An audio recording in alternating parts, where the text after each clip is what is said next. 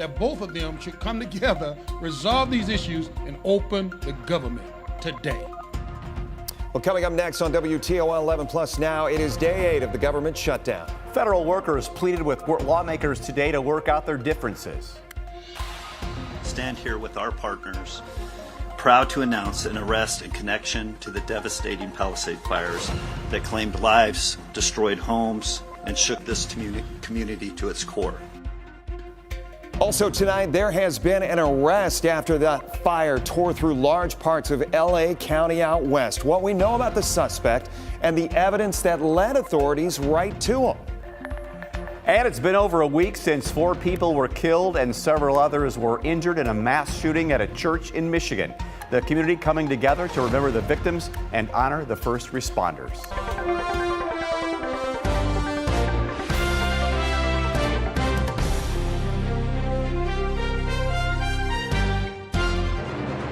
Well, thank you so much for joining us here on WTOL 11 Plus now. I'm Jeff Smith. I'm Dan Cummins. Michigan educators are weighing in on the University of Toledo's efforts to expand enrollment in Michigan. Yeah, it's one of these plans that they're spearheading right now, Dan. Let's talk you through it. It's through a new initiative announced last month where Michigan undergraduate students can get a scholarship to cover the out-of-state tuition. The initiative covers nearly $5,000 of surcharges each semester starting next fall. WTOL 11 reporter Jack Crum caught up with a pair of Michigan-based educators to see if they think this initiative can help to spur enrollment for UT. Colleges have to really think about how they are talking to students about what they have to offer. And one of those talking points is money. With enrollment down more than 35% since 2010, the University of Toledo is looking to expand its pipelines to north of the border in Michigan. Beginning next year, all new undergraduate students from Michigan will save nearly $5,000 and receive in-state tuition pricing. It's a great idea and it's a great concept. If you're struggling with enrollment like most four-year universities are, if you're looking for ways to boost that, giving financial scholarships and opportunities for people to pay the same in-state tuition is probably a great first step. Carl Schultz is the superintendent of Bedford Public Schools. He says Monroe County and the university have had a reciprocal tuition agreement for about 7 years, but sees this initiative as mutually beneficial for all sides. All else equal, it's a great location, and I find many of our students are actually living on campus in Toledo and adding to the culture of the community. However, not all Michigan districts close to Toledo have had that agreement. About a half hour up the road in southern Wayne County, Jessica Schultz is the principal at Carlson High School. We hear from our students that, finances are one of the top things that they're thinking about. How much money do I get from a school? How much is this going to cost for my family? She says the University of Toledo's recruitment has been limited because students faced out-of-state tuition, and enrollment numbers at her high school tell the story. Out of an average graduating class of 250, 0 students went in 2022, 10 in 2023, 15 in 2024, and so far just 5 this year, despite UT only being 35 miles south. And it all comes down to the money. So if I can afford to go, I'm going to go. It's not that far for our family. So I think it has the potential to be really, really powerful for both sides.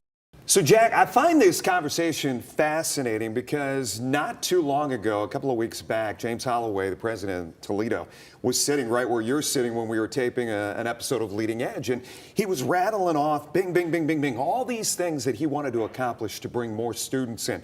One of the things he touched on was talking about reaching students earlier, their freshman, their sophomore year in high school versus waiting for those juniors and seniors. But this is a dynamic which you said could have impacted you as a high schooler. No, 100%. I think this is one of these cases where the simplest explanation is the one that you roll with, right? So you got this massive pool of students just north of the border, some less than an hour from campus, that now you're opening the doors to. And you've mentioned me. That was something that kind of hindered me from going to the University of Toledo back when I was in high school. You grew up where? I grew up in Plymouth, Michigan. Okay. So Wayne County. Okay. So this is where it extends out to. Yeah. And I remember vividly visiting the University of Toledo, going on a campus tour, really liking it, and then being really bummed out when I learned that it was out-of-state tuition. Yeah. My mom and dad went, you can go anywhere you want to go as long as it's in the state of Michigan. Yeah. I think it really opens up a lot of doors for, people like me who, were interested in going there, but couldn't justify the out-of-state tuition. And some of the superintendents, some of the school officials that you had a chance to talk to in this piece today, they were saying this kind of is not necessarily a game changer, but it does expand opportunities. They think it's brilliant. I mean, based off what they said, one of the districts is right in Monroe that I talked with the superintendent. And he said that a lot of the students from his school in Bedford goes to Toledo. They've had the program, that agreement, the last 7 years. Right. And it really opens that door. The other one, Carlson High School in southern Wayne County, she thinks that it's a brilliant idea to bring more students in the long term. And that's a kind of a spot where I think they're looking to kind of rope in more students. I was down in Columbus last weekend, and there's a billboard for the University of Toledo down in Columbus. So they're obviously advertising there.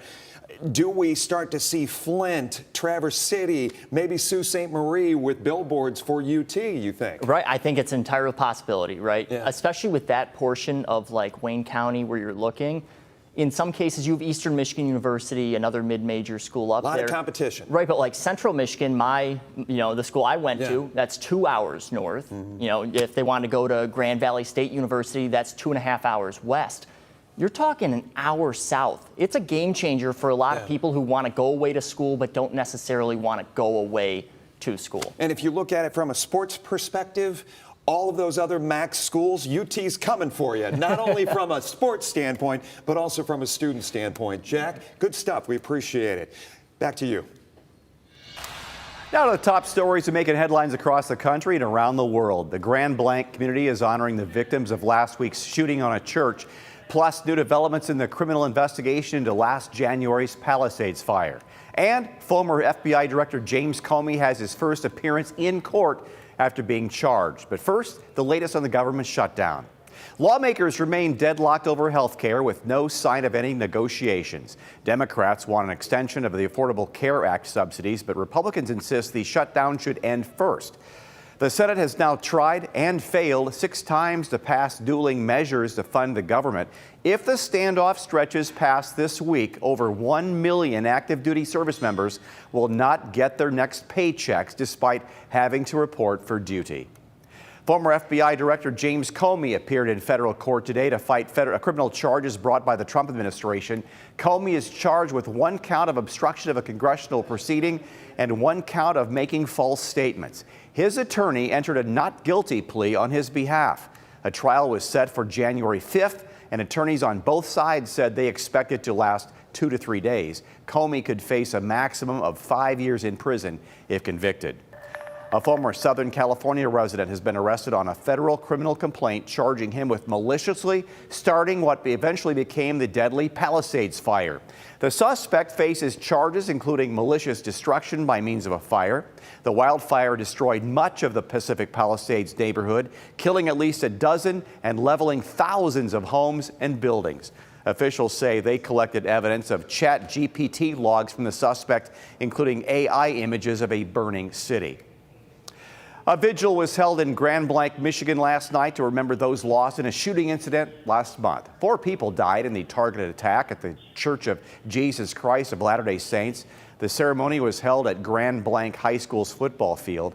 The event was organized by local officials who said the event was to allow the community to come together in grief. The first responders to the scene were also shown support for their actions. Still to come, a senior is alive thanks to a dog. The heroic moment caught on camera showing the exact moment this loyal canine led officers to the woman who was in danger.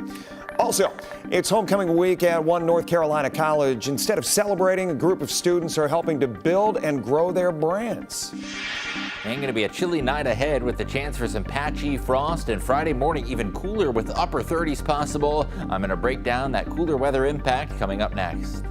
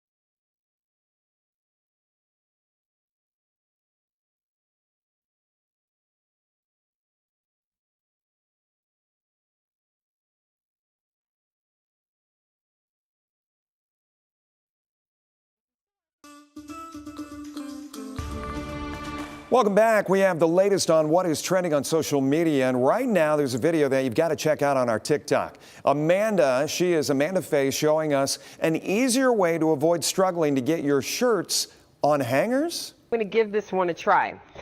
Okay, so through the arm, out the head. Arm, out the head. That's a tank top, so a little easy. Last one. Through the arm, out the head. All right, so they're all on there. Now I'm just going to hopefully quickly put them on the hanger. Hold it like that. Okay, like that. Hello. Okay. Hold like this. Okay. Like that. Okay. Oh. I cheated. Okay. The tank tops are pretty easy. Last one. Boom. On the hanger.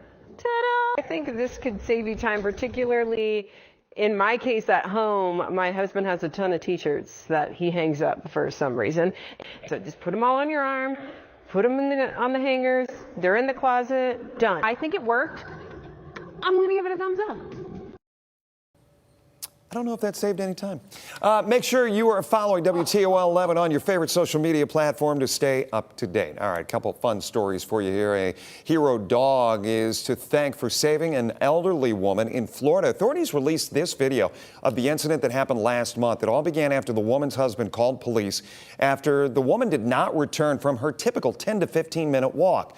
A deputy then began driving around down the road and found the family's wandering pup named Eeyore. That is when the dog promptly led the deputy to the injured 86-year-old woman. The woman had apparently fallen while walking Eeyore, which belongs to her son. She says the dog kept returning to her, and she was very proud to hear of his hero instincts.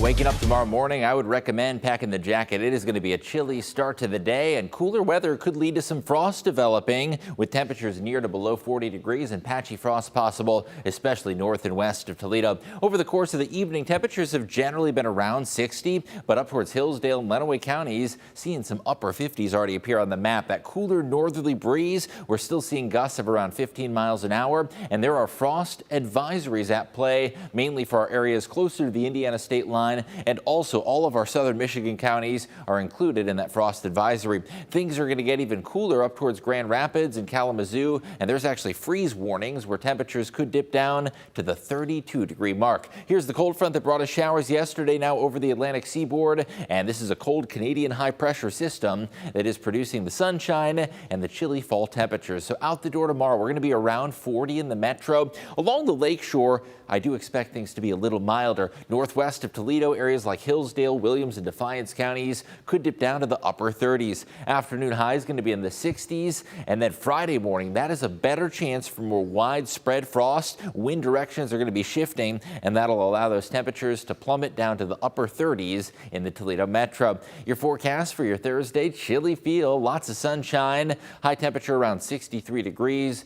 Well below average for early to mid-October. So weather impacts that we are expecting include that patchy frost tonight as well as Friday morning. Overall, though, dry and milder into the weekend, and the long-range outlook does feature a quiet stretch of weather with overall slightly above average temperatures. Our normal high has dropped down to the upper 60s, by the way. No worries of any rainfall. Some data does show a very weak disturbance on Saturday that could produce a few sprinkles, but I only have that at a 10% chance right now. And the long-range outlook, fairly mild conditions. That gray color shows you near normal weather conditions. So in other words, some classic October conditions with lots of sunshine and that first frost possible. Patchy frost Thursday and Friday. Friday's going to be the cooler of the two mornings with a low of 38. Into the weekend, 70 and sunshine. And then next week, no worries of frost next week. Lows are going to be in the upper 40s. Those daytime highs going to be in the 70s. Any hopes of any rain holding off until the very end of the forecast with a slight chance for a shower next Thursday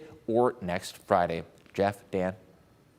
It is homecoming week at North Carolina A&T State University, a time for pride, celebrations, and tradition. And in fact, behind the scenes, some students are turning all that energy into what they call an opportunity. Here's Sydney Moore. Every fall, Aggie Pride paints Greensboro in blue and gold for the greatest homecoming on earth. But beneath the music, food, and fellowship, that's like money-making time for me. A new generation of Aggies is adding to the legacy, making memories and making moves. Tell me what we have here.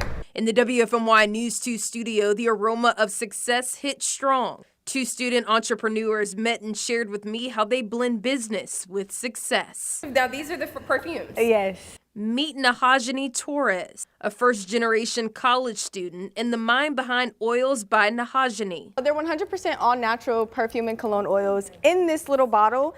This little bottle in itself is going to last you about 6 months. And meet Philemon Emmanuel, who got inspired to create a coffee business after learning more about it on a study abroad trip to Brazil. As you can see, it's called Gostosa. Can I grab one? Yeah, of course. Which one? Okay, so this is the Ethiopian single origin. As you can see, there's like a lot of A&T kind of inspired elements on it. Yeah. He also owns Limitless, a marketing agency that connects global brands like AT&T, Adidas, and Soccer.com with Gen Z creators. One of my friends, he was really into film and photography, and he let me use one of his, his old cameras for the day, and we went to our version of the student center, and we just took pictures with our friends. I mean, they weren't good, but for someone that hadn't taken pictures before, like, I could see the potential. For both students, the journey to become entrepreneurs took sacrifice, time, and a whole lot of effort. It really was word of mouth. I had no website, no platform. I didn't have a clue what I was doing. I literally was in my dorm curating scents. Especially while balancing life as full-time students. They say time management is key. Balancing school to balancing clients, especially marketing being so client heavy in terms of having deliverables due at a certain time. And the hard work, it pays off. And I've made over $10,000 in sales the first 2 years of operating my business. My third year, I projected to around 16,000, and now I'm currently sitting at 24. In 2024, I was able to shoot for the Cincinnati Open, to being able to shoot for Coco Gauff and Carlos Alcaraz. It was just like a crazy full circle moment. For the two entrepreneurs, their success makes a statement. And homecoming, it's not just the celebration, it's a chance to build relationships that fuel their next big move.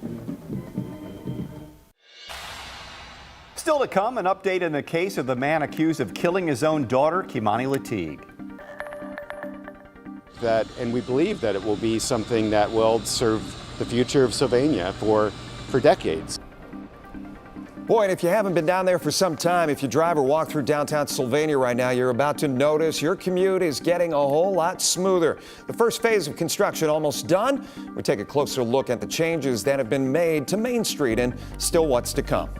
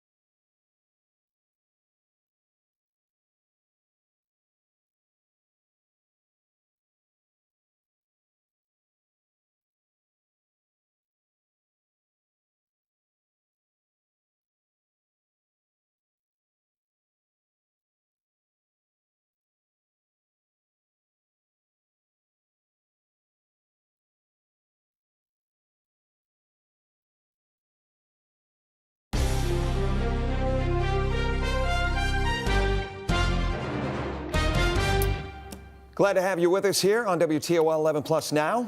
Here's a look at some of the local stories we are following tonight. There's a new deadline in the court case of Darnell Jones Ogletree, the man accused of murdering his teen daughter. A Lucas County Common Pleas judge says Jones has until October 30th to raise an insanity defense. He has until October 13th to contest that date. Jones accused of raping and killing his 13-year-old daughter, Kimani Latigue, then dumping her body in an abandoned house in March. His trial set to start in late April. It's a death penalty case. We are learning more about the person who allegedly shot a woman in central Toledo yesterday. Court records indicate that 35-year-old Tyra Baker was arraigned in Toledo Municipal Court on one count of felonious assault. Her bond was set at $100,000. She is accused of shooting a 36-year-old in the chest. Now, this shooting happened around North Detroit and Buckingham yesterday afternoon. Police said the 36-year-old victim drove away after being shot after an argument. Officers found both of the cars of the victim and the suspect at the intersection of Dorr and North Detroit. Tonight, we've also got an update to some breaking news that we first brought you yesterday morning. A 22-year-old man reportedly shot by police on Airport Highway has died. Now, according to the coroner's report, Zachary Reed was shot by police and transported to a local hospital where he died several hours later. An autopsy report determined that the cause of death was multiple firearms injuries, and the manner of death has been classified as a homicide, which is procedural.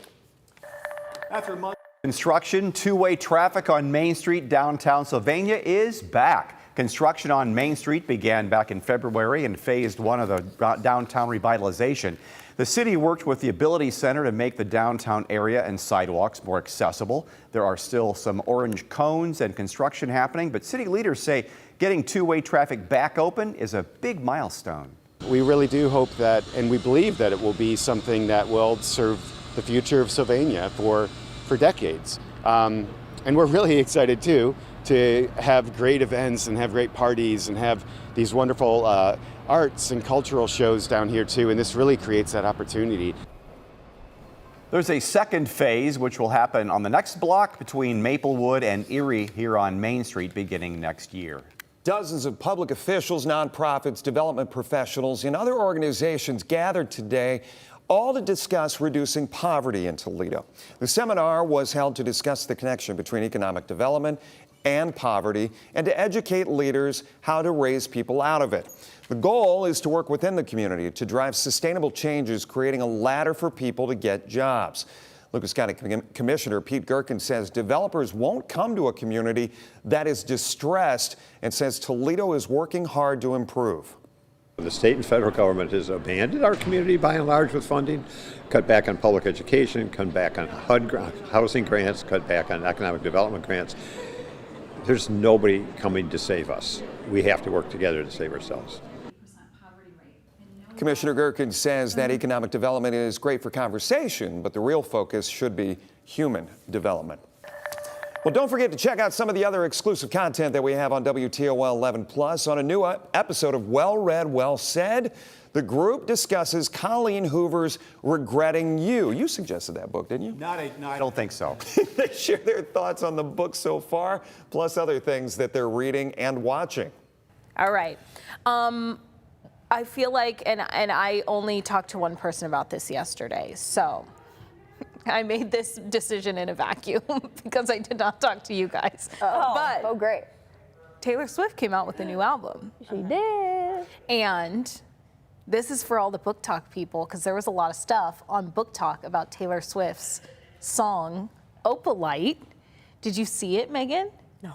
You haven't seen it? No. I must be on the Taylor Hey, Taylor. Swift Book Talk verse where You watched one. I mean, you can't miss everybody talking about the album, but I haven't seen anything about a book. Oh, no book. So she has a line in her song, Opalite, that relates to a book that everyone is talking about. And so the line says, this is my favorite book, From Onyx Storm. The line is, you were dancing through the lightning strikes, sleeping through the onyx nights. And so everyone... Is she allowed to do that? I think so. It may or may not be. We don't know if it's actually about the book, but it definitely matches. The book is Onyx Storm. That's like the whole main male character. And then Lightning Strikes is Violet, who's the female character, and those are the powers she has. So everyone wants to know if Taylor Swift read the books. I think it would be interesting if she has. I feel Especially like because Rebecca Yarros loves Taylor Swift. Right. She's got to get inspiration from somewhere.